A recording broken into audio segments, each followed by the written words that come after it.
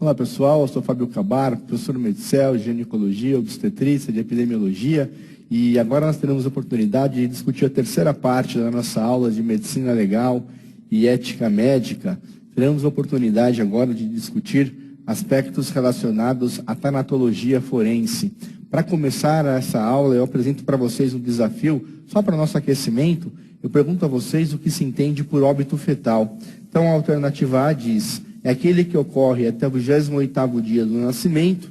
B, é uma morte que ocorre antes do nascimento. C, é aquele que ocorre até 24 horas após o nascimento. E D, é aquele que ocorre até o primeiro dia do nascimento. Bom, tanatologia forense é o ramo das ciências forenses que, partindo do exame do local, dá informação acerca das circunstâncias da morte e procura estabelecer a identificação do cadáver, o mecanismo da morte, a causa da morte, o diagnóstico diferencial médico-legal, se foi um acidente, se foi um suicídio, se foi um homicídio ou ainda se foi uma morte de causa natural.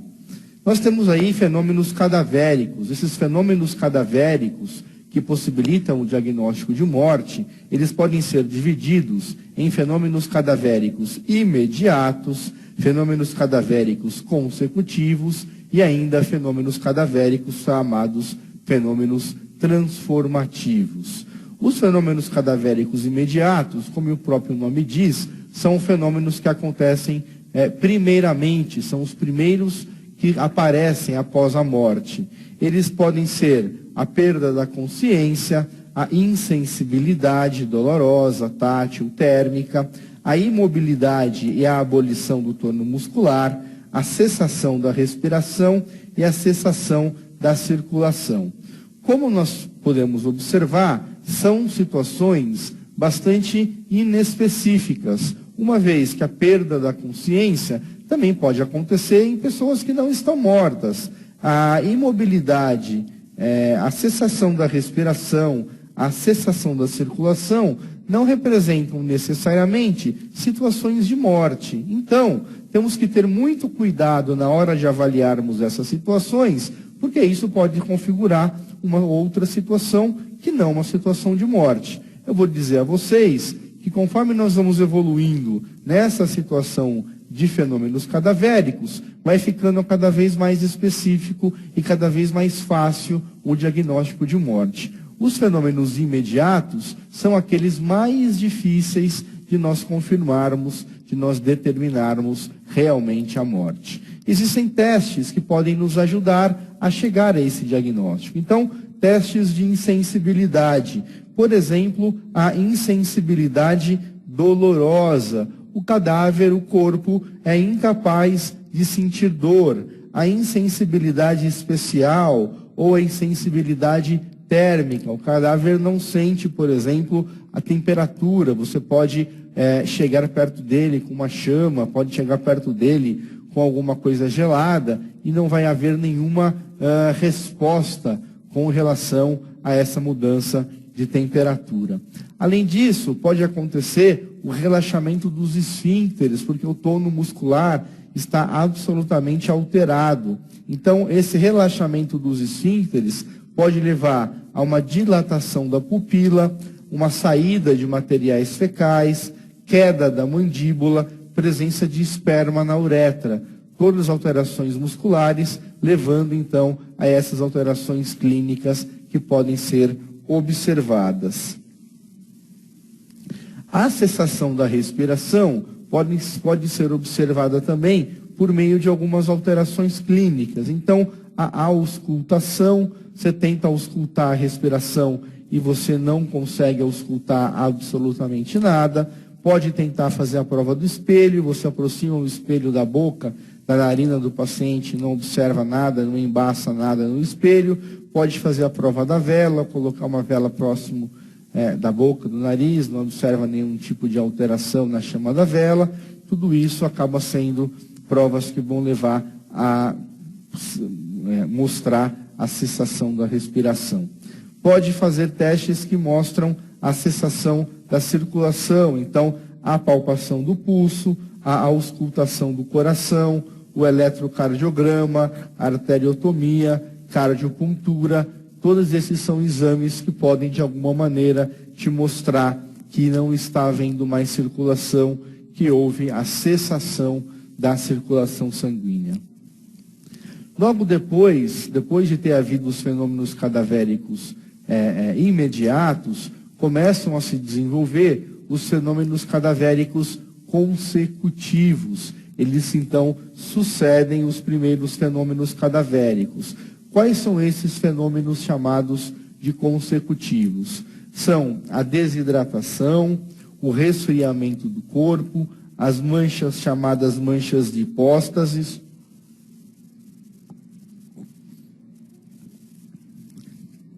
a rigidez cadavérica. A desidratação vai levar a uma perda de peso, a um pergaminhamento da pele, então a pele fica enrugada, né, porque perde líquido, perde água, então você tem essa desidratação que leva a um pergaminhamento, a pele fica parecendo um pergaminho, fica ressecada, fica toda seca. Pode haver uma depressão dos olhos também, porque o globo ocular fica ressecado, então você tem uma depressão dos olhos. Pode formar uma formação de tela viscosa nos olhos com a perda do seu brilho. O olho fica opaco, né? O olho fica opaco. Fatores intrínsecos que influenciam o resfriamento do corpo. Então, nós falamos que o corpo resfria e existem situações intrínsecas e extrínsecas que podem alterar o resfriamento do corpo. Podem levar ao resfriamento mais rápido ou um resfriamento mais lento. Quais são esses fatores intrínsecos do corpo que interferem no resfriamento do corpo? Então, a idade, a constituição física e a causa mortis. Vou dar um exemplo aqui, um exemplo sério, né, um exemplo verdadeiro. Se a pessoa morreu com uma série de queimaduras, né, que aumenta a temperatura corporal, sem dúvida nenhuma vai demorar mais para ter o resfriamento do corpo. Vai demorar mais para ter o resfriamento do corpo, por exemplo.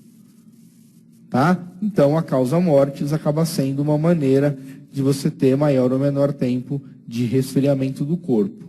Agora, fatores extrínsecos que influenciam o resfriamento do corpo. Primeiro, as roupas que a pessoa está usando no momento da morte. Se ela está usando uma série de roupas, está super agasalhada, se ela estiver muito agasalhada, vai demorar mais para ela esfriar.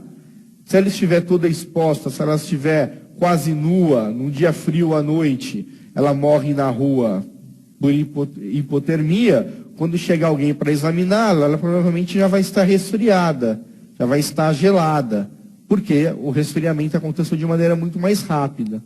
Tá? A umidade, então está mais úmido, menos úmido, né? O arejamento do local e a proteção do meio ambiente. Tá? De acordo com como estiver o meio ambiente, você pode ter diferentes temperaturas mais rápidas ou mais devagares de resfriamento. Então, esse resfriamento na criança se faz em torno de 20 horas. Geralmente é o que demora para resfriar o organismo. Nos adultos, se faz em torno de 24 a 26 horas. Em geral, se faz na proporção de 1,5 graus centígrados por hora. Então, geralmente, o corpo resfria 1,5 graus por hora. Uma diferença de 5 a 6 graus centígrados entre a temperatura retal e a axilar é diagnóstico de morte. Então, você mede a temperatura axilar e você mede a temperatura retal. Se houver uma diferença de 5 a 6 graus, você pode dizer que é um diagnóstico de morte. Você pode dizer que é diagnóstico de morte. Tá bom? Então, as hipóstases. O que são manchas de hipóstases? Então, elas aparecem na parte de maior declive do corpo. Tá? Então, se o paciente está deitado em decúbito dorsal horizontal, é na parte de baixo que vai aparecer as hipóstases. Toda a parte aqui, né, da região das costas, a região da nádega, na região da parte posterior da perna. Se ele está em decúbito ventral, elas vão aparecer na parte da barriga, na parte da pelve, na parte da coxa. Por quê? Porque, na verdade, depende da gravidade. Tá? Eles representam o sangue que se deposita nos vasos. Então, para o lado onde você está virado, o sangue se deposita. eles se tornam bastante visíveis de 1 a 3 horas após a morte. 1 a 3 horas após a morte. De 8 a 12 horas após a morte, elas já estão fixas, elas não mudam mais. E são sinais certos de morte. São sinais certos de morte. Tá? Se ele está de lado, vai parar do lado que está.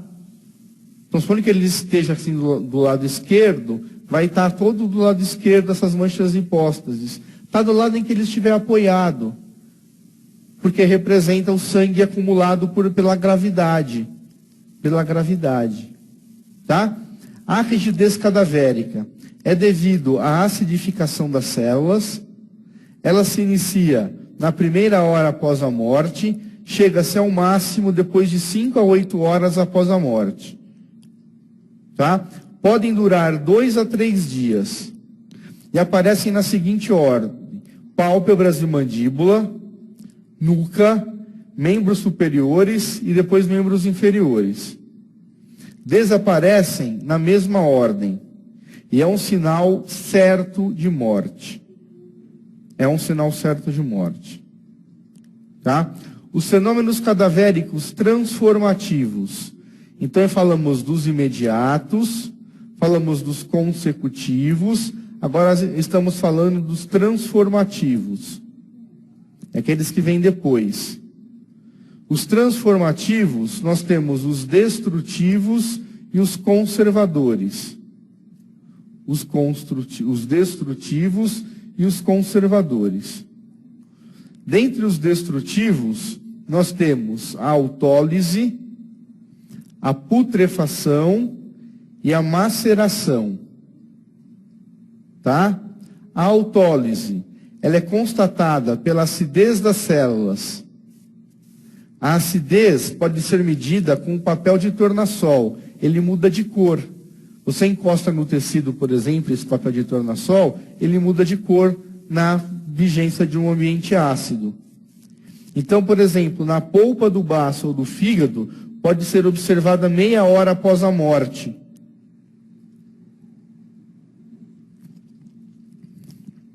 E essa reação é absolutamente clara 2 horas após a morte. Você pega lá o papelzinho, encosta na polpa do baço, na polpa do fígado, com meia hora já muda de cor, com 2 horas está absolutamente clara essa mudança. Tá? A putrefação é a destruição do cadáver pelos micróbios. Começa a haver a destruição do cadáver pelos micróbios. Existem períodos de putrefação. O período da coloração, o período gasoso, o período colicoativo e o período de esqueletização. O período da coloração surge geralmente entre 18 e 20 horas após a morte. Surge comumente, localiza-se na fossa ilíaca direita, isso porque é no seco que mais se acumulam os gases no começo. Tá? Então você tem, na verdade, bactérias, né? Onde você tem esse metabolismo, e você tem a parte desse metabolismo eliminando os gases. Esses gases têm um pigmento chamado sulfo-metahemoglobina. E são estes gases que dão uma cor esverdeada. Dá uma cor esverdeada. E aí vai tingindo toda a pele de verde. Dá para você ver a coloração verde. Na região do seco é mais intensa, depois vai espalhando por toda a barriga. O período gasoso, ele vai durar de 1 a 3 semanas. O corpo adquire um aspecto gigantesco. Gigantesco. Os olhos e a língua ficam procedentes. Tá? Ficam para fora. O olho esbugalhado, a língua fica para fora. Isso decorrente ao período gasoso. O período colicoativo, que fica depois, é a dissolução pútrida do cadáver. Dura de 1 a vários meses. Vai se dissolvendo, vai apodrecendo o cadáver. E, por fim, o período de esqueletização. O período de esqueletização dura de vários meses a vários anos. de vários meses a vários anos. A maceração, por sua vez, pode ser asséptica ou séptica. Asséptica ou séptica. Tá? Bom, existem também os fenômenos cadavéricos chamados conservadores. Nós falamos primeiro dos destrutivos. Vamos falar agora dos fenômenos cadavéricos conservadores. Aqueles que conservam os cadáveres, não que os destroem. Temos dois tipos de fenômenos conservadores. O fenômeno chamado mumificação e o fenômeno chamado saponificação. O fenômeno mumificação pode ser provocado ou espontâneo. O provocado é o que se fazia, por exemplo, antigamente no Egito. Os egípcios eram craques em fazer mumificação. Ou pode ser espontânea. Você enterra lá o cadáver e por condições que nós vamos falar daqui a pouco, você pode ter a formação de uma múmia. Tá? A espontânea, ela ocorre em lugares intensamente arejados. Intensamente arejados. Com temperaturas elevadas. Terrenos que têm facilidade de absorver os líquidos derramados dos cadáveres. Se estiver completa, o tempo é de pelo menos 1 ano. Pelo menos 1 ano. Então, nestas condições, lugares muito arejados, com temperaturas elevadas e terrenos com facilidade de absorver os líquidos, você pode ter a formação de múmias, múmias espontâneas. Tá? A pele, ela se apresenta endurecida, com a impressão de couro seco. E a colorida, um cinzento escuro, meio amarelado, meio ocre. Tá? O peso se reduz até 50% a 70% do total, porque era água, né? A água resseca, a água seca, e aí o peso se reduz. E os tecidos apresentam-se relativamente bem conservados. Relativamente bem conservados. Tá? A saponificação. A saponificação depende de uma má ventilação. Má ventilação. O terreno deve ser muito úmido e argiloso. Então, diferentemente da mumificação, a saponificação depende de condições ambientais, que são uma má ventilação, um terreno muito úmido e argiloso. É a transformação do cadáver em uma substância de consistência untuosa, mole ou quebradiça, de cor amarelo escuro. Imagina como é nojento isso. Inicia-se 1 a 2 meses depois da morte. Cheiro de queijo rançoso. Imagina o nojo que deve ser isso, gente. Imagina o nojo que deve ser isso. Se estiver completa, o tempo é de pelo menos 1 ano. Pelo menos 1 ano. Olha que nojo. Tá? Vamos falar agora de traumatologia médico-legal. Só relembrar os instrumentos. Então, nós podemos ter instrumentos perfurantes, que são o estilete e o picador de gelo. Podemos ter instrumentos contusos, que são pressão, explosão, deslizamento ou percussão. Instrumentos cortantes, a navalha, o bisturi. Os pérfuro-cortantes, que é a faca e o punhal. Instrumento pérfuro-contundente, que são as armas de fogo. E os instrumentos corto-contundentes, que é o facão e o machado. Então, esses são os instrumentos mais importantes que temos que lembrar na traumatologia médico-legal. Na traumatologia médico-legal. Tá? Vamos lembrar um pouquinho de asfixia. Então, a asfixia pode acontecer por confinamento. Lembrar da importância do monóxido de carbono. Tá? Monóxido de carbono, formação de uma hemoglobina altamente ligada ao monóxido de carbono, dificuldade de carregamento da hemoglobina, do oxigênio dissociado e a morte por asfixia. Sufocação, que pode ser direta ou indireta, o soterramento ou afogamento, o enforcamento, que é pelo peso do próprio corpo. Então, a diferença entre enforcamento, estrangulamento e esganadura. Lembra disso? Qual que é a diferença entre enforcamento, estrangulamento ou esganadura? Vamos lembrar disso. O enforcamento é o peso do próprio corpo. É o peso do próprio corpo. Tá? O estrangulamento é com laço, sendo que é outra força. Por exemplo, a pessoa faz um laço no pescoço de alguém e puxa esse laço, puxa essa corda. Tá? Não é que ele deixa a pessoa pendurada, puxa essa corda. Tá? E a esganadura é com as mãos ou os pés de outro agente. Vai lá, não é enforca a pessoa, é esgana a pessoa. Com a mão, ou eventualmente com o pé. O mais comum é com a mão. É uma esganadura. A sufocação pode ser direta ou indireta. A sufocação direta é quando um obstáculo se opõe ao ingresso do ar pelos orifícios respiratórios.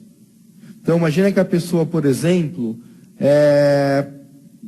vamos supor que ela engasga com alimento.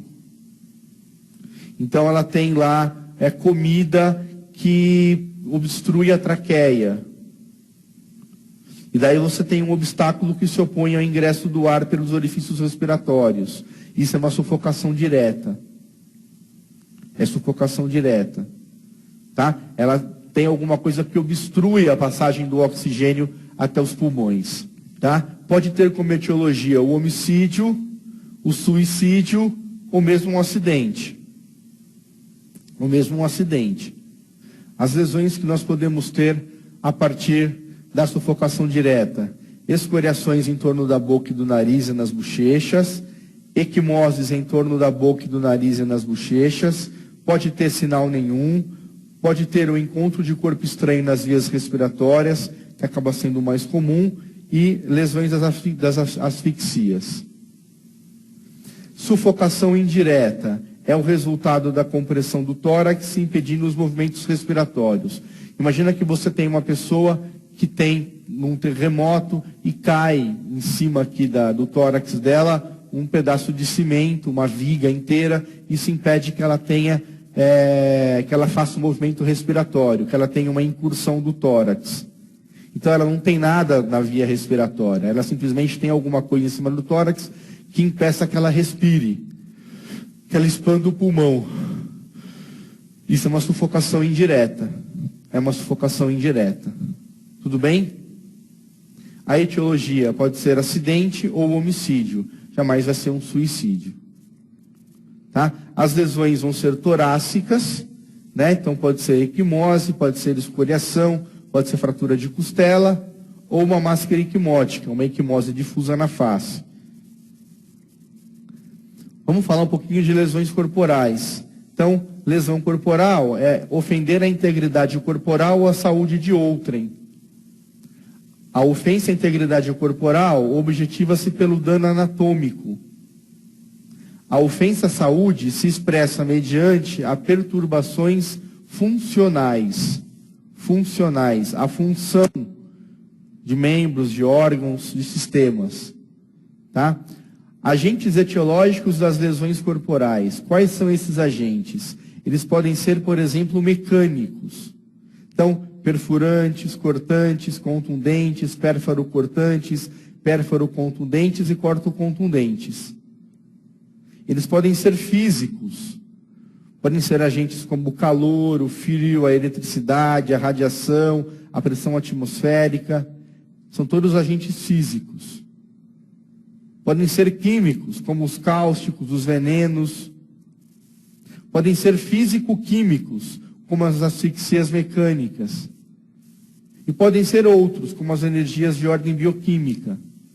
Então, tem vários agentes etiológicos que podem levar a lesões corporais. Vários agentes etiológicos. Tá?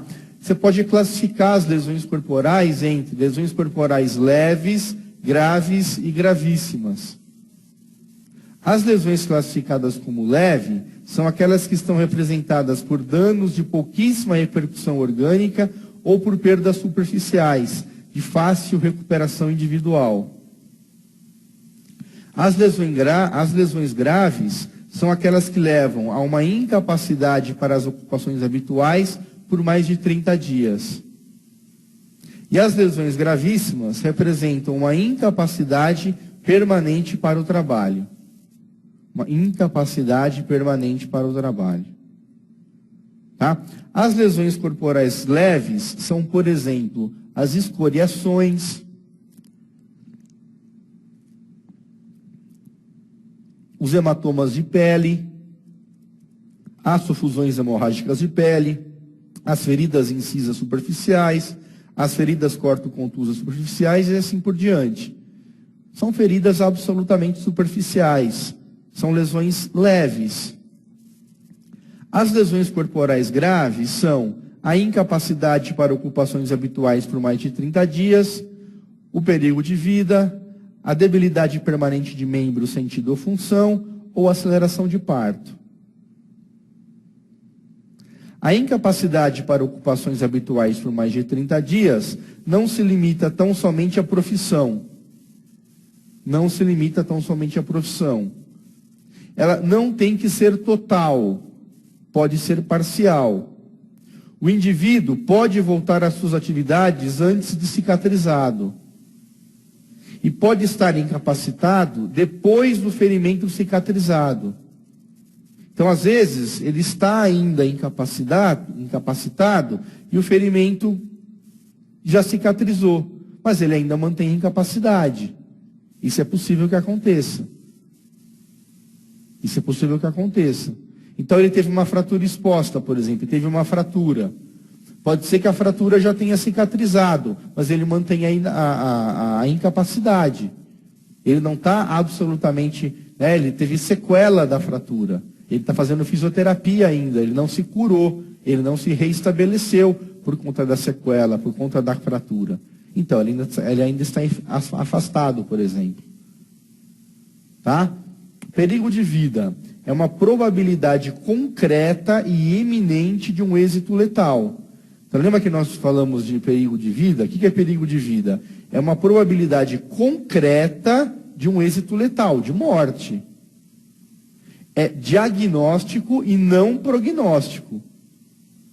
Tem chance de... Não, é um diagnóstico. Então, naquele momento você fez, olha, naquele momento havia risco de morte.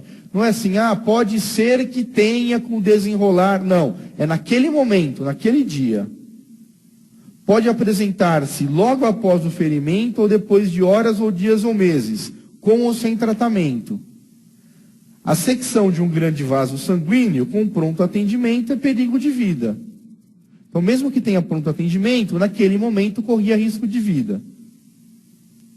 São condições muito frequentes de risco de vida, ou de perigo de vida. Coma, asfixias, choques hipovolêmicos, queimaduras de mais de 50% da superfície corporal, feridas penetrantes em grandes cavidades com lesões de vísceras.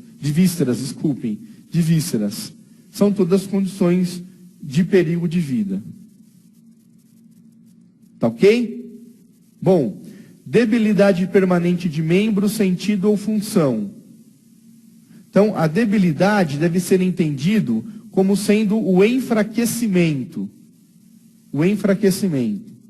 Os membros são os 4 apêndices do corpo, claro, os 2 braços e as 2 pernas.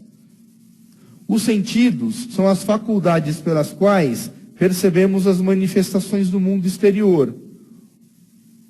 Visão, olfato, paladar, audição e tato. Aquelas funções já bem sabidas. Tá? As funções são as atuações dos sistemas, aparelhos e órgãos. E a perda de um órgão par constitui debilidade de função. Então, se é um órgão né? Então, assim, eu perdi um olho, eu tenho 2 olhos, eu não perdi a função total da visão. Eu tenho ainda outro olho, então eu tenho debilidade da função, porque eu perdi um olho apenas, eu tenho outro. Então eu não perdi a função, mas eu tenho debilidade da função, eu tenho prejuízo da função. Tá? O que é antecipação, aceleração de parto? A aceleração de parto. O termo antecipação de parto é mais correto. Tá? Porque só se acelera o parto quem já está em movimento. Então, assim, a antecipação de parto seria entrar em trabalho de parto. É quem não está em trabalho de parto e entra em trabalho de parto. Por isso que o termo antecipação de parto é melhor.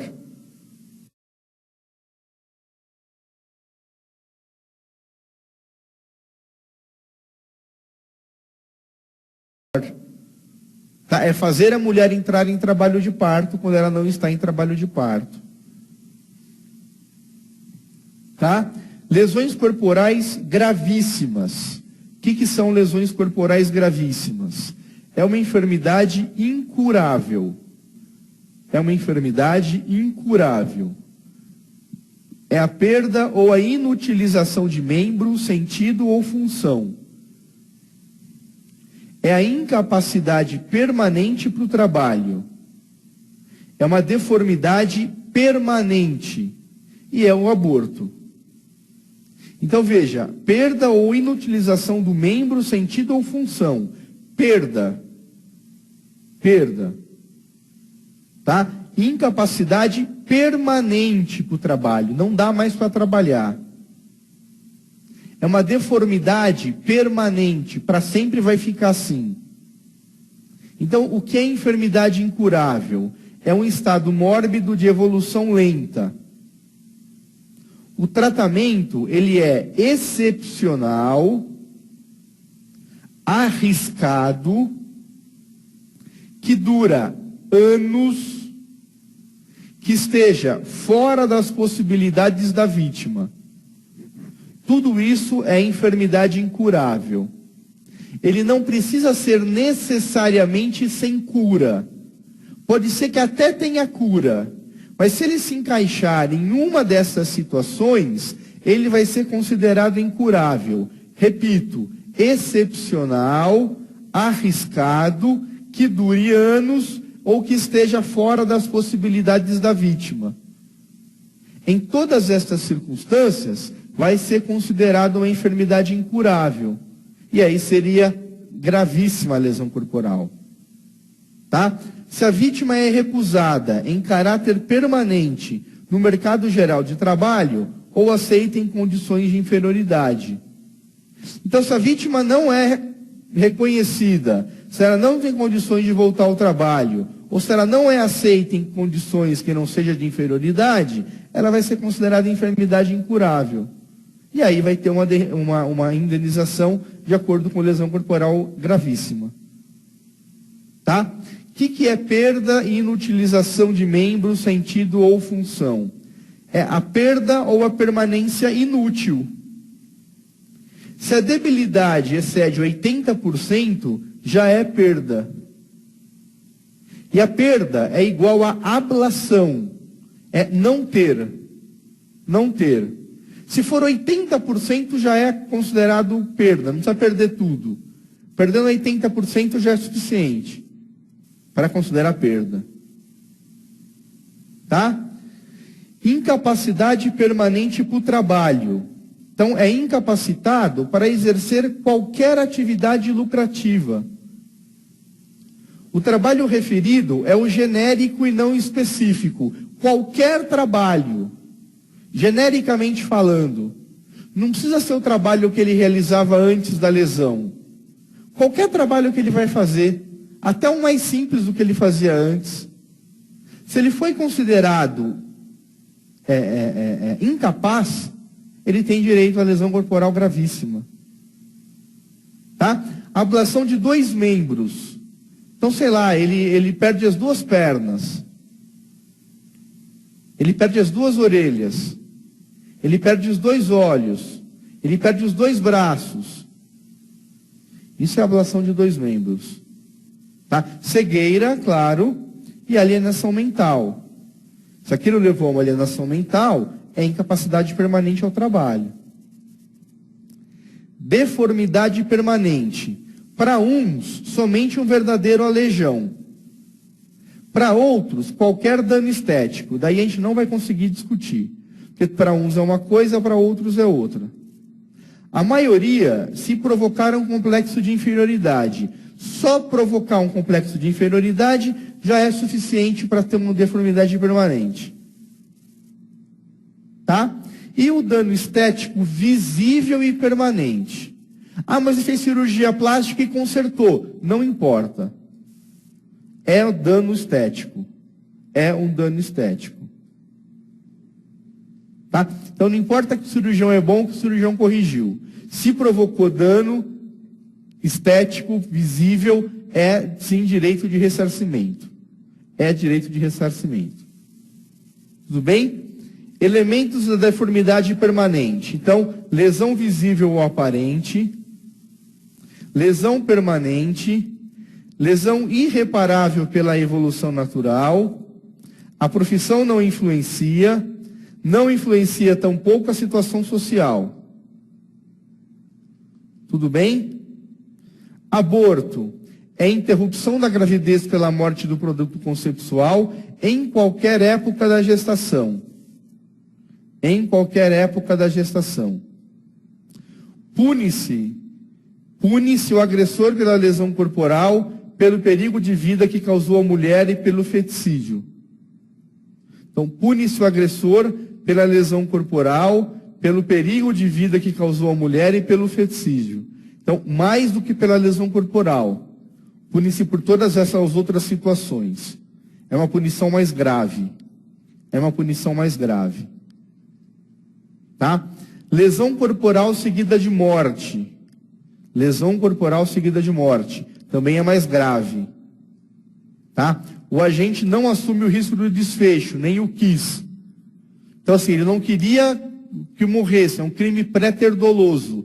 Ele queria, na verdade, ou ele conseguiu, ou ele tentava a lesão corporal. E acabou resultando em morte. Mas ele responde pelos 2.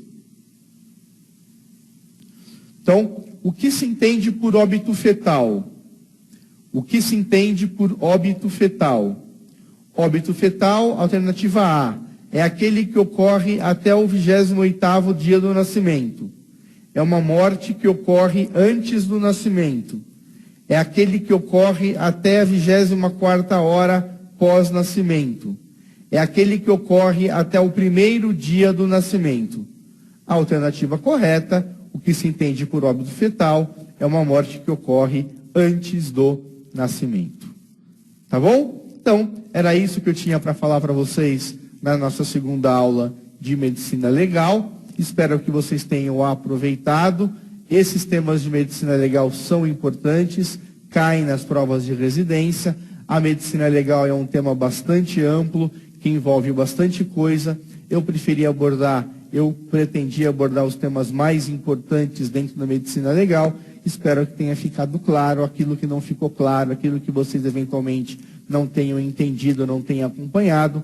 Eu estou à disposição na área restrita do aluno. Vocês mandem a sua dúvida, vocês mandem a sua questão, que eu terei o maior prazer em responder, o maior prazer em discutir com vocês esses casos relacionados às nossas aulas de medicina legal, tá bom? Como dica final, eu digo a vocês para reforçar o seu conhecimento, para praticar fazendo os nossos exercícios, aproveitando os nossos livros da sua coleção, memorize os principais tópicos, revise a nossa aula. A todos vocês pela companhia, pela sua paciência, meu muito obrigado, um abraço e até a próxima.